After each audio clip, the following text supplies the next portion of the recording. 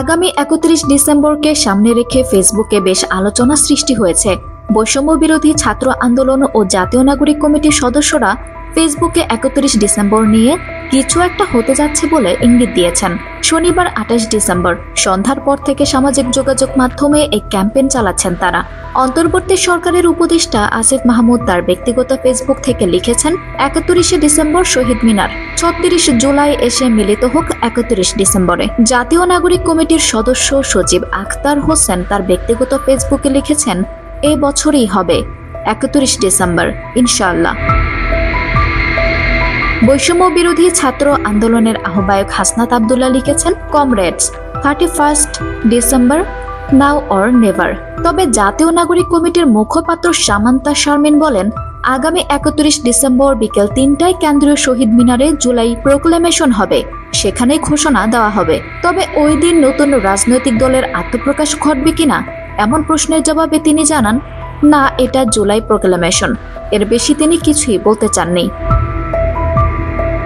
এদিকে রোববার ২৯ ডিসেম্বর দুপুরে বাংলা মোটরে বৈষম্য বিরোধী ছাত্র আন্দোলনের কেন্দ্রীয় কার্যালয়ে সংবাদ সম্মেলনের আয়োজন করা হয়। সংবাদ সম্মেলনে বৈষম্য বিরোধী ছাত্র আন্দোলনের আহ্বায়ক হাসনাত আব্দুল্লাহ বলেন, জুলাই অভ্যুত্থানে সাধারণ মানুষ যেভাবে রাস্তায় নেমে এসেছিলেন, ঠিক তেমনিভাবে ৩১ ডিসেম্বর আবারও মানুষ রাস্তায় নেমে আসবে।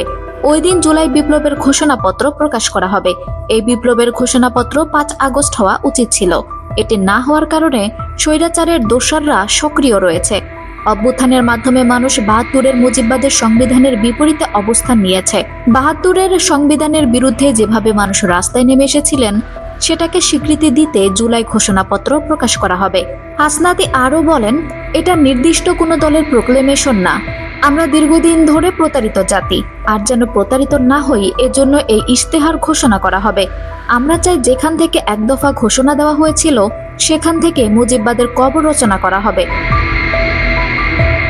বৈষম্য বিরোধী ছাত্র আন্দোলনের অন্যতম সমন্বয়ক ও জুলাই শহীদ স্মৃতি ফাউন্ডেশনের সাধারণ সম্পাদক সার্জিজ আলম বলেন, আমরা মনে করি আমাদের ঘোষণাপত্র আরও আগে প্রকাশ করা দরকার ছিল।